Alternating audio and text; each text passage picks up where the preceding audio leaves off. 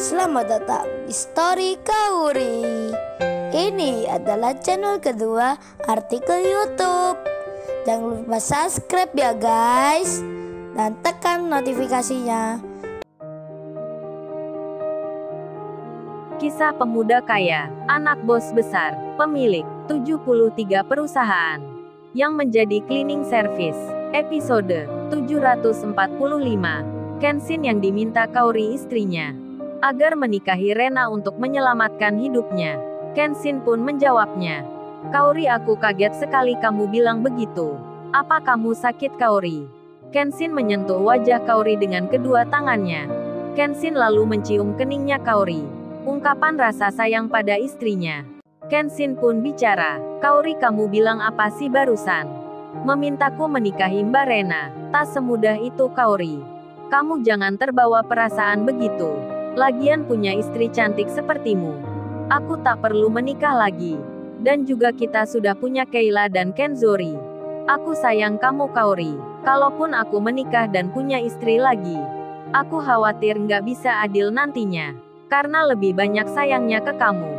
Jadi aku menolak permintaanmu. Maafkan aku, Kaori. Untuk Mbak Rena nanti, pasti aku berusaha menghiburnya. Aku pasti berusaha yang terbaik untuknya. Yang jelas aku hanya punya kamu, Kaori. Kamulah satu-satunya. I love you, Kaori." Kenshin mencium keningnya Kaori. Kaori tersentuh jadinya. Terharu dirinya. Menangis Kaori mendengarnya. Dan Kaori menjawabnya, "Terima kasih, saya udah bilang begitu. Tapi kemarin aku bicara ke mama dan papa. Bicara pula ke ayah dan mama kamu pula. Kalau aku mengizinkan kamu menikahi Mbak Rena itu, semuanya pun setuju. Karena kemarin mama dan ayah melihat kondisinya Mbak Rena, yang menyebut-nyebut namamu. Tak ada lagi selain kamu saya yang dipanggilnya. Mbak Rena itu darurat kondisinya. Makanya aku bilang begitu." Kenshin menjawabnya, "Tenang, Kaori, semua ada jalannya.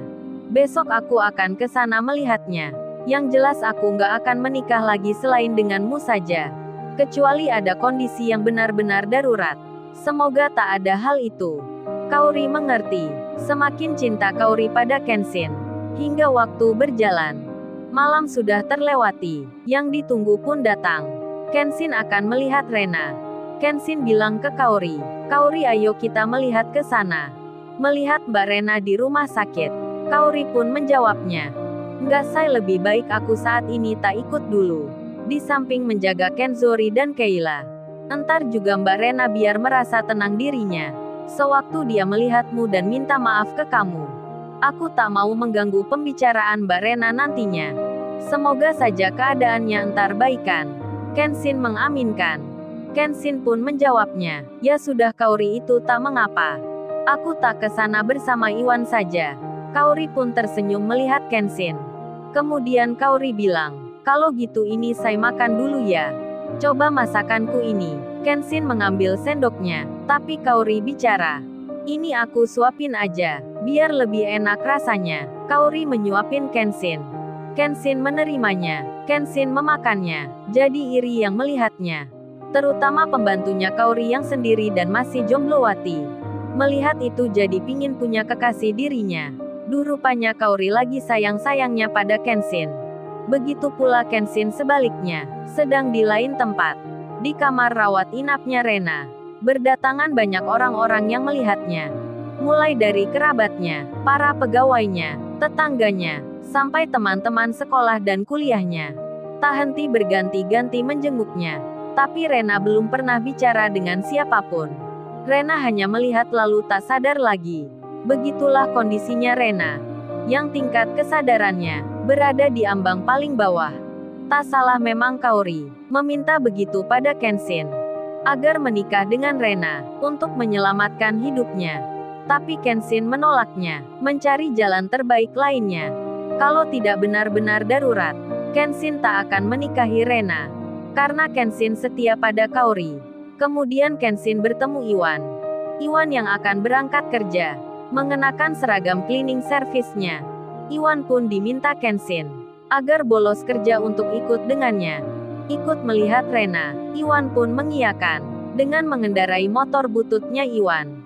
Mereka pun akhirnya berjalan. Di saat bersamaan, di kamar rawat inapnya Rena, teman-teman kuliahnya lagi melihatnya.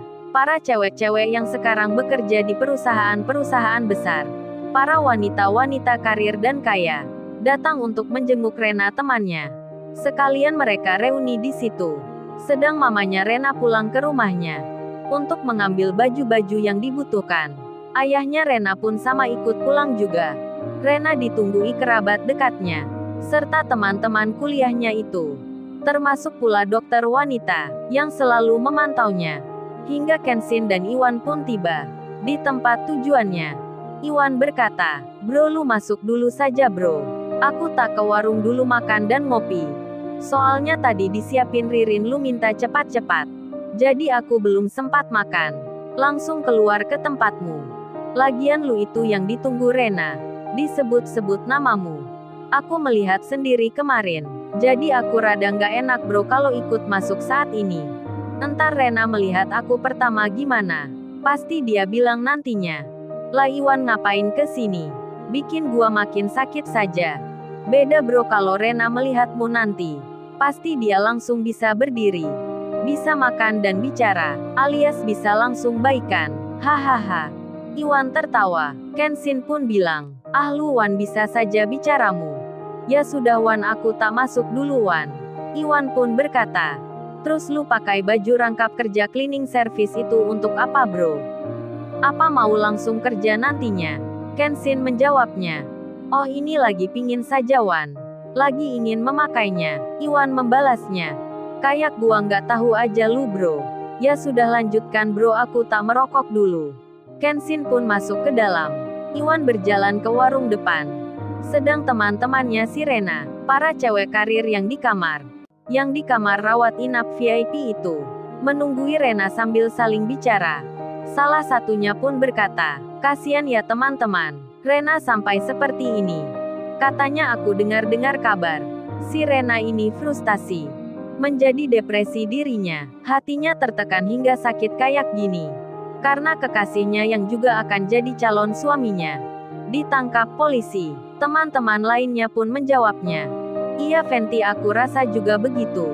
Kasian sekali ya dirinya. Sampai tak tahu kita di sini. Aku sedih sekali melihatnya." Teman-teman kuliahnya Rena ini mengira Rena sakit karena Rendra disangka cowoknya Rena. Sedang Kenshin sendiri kini masuk di kamar kecil. Kenshin melepas bajunya dari rumah dan memakai seragam cleaning service kerjanya. Bukan tanpa alasan Kenshin memakai baju itu.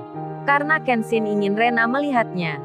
Baju cleaning service ini yang dulu pernah dipakainya sewaktu bertemu Rena pertama kalinya, saat motor yang dinaikinya menabrak mobil Lamborghini miliknya.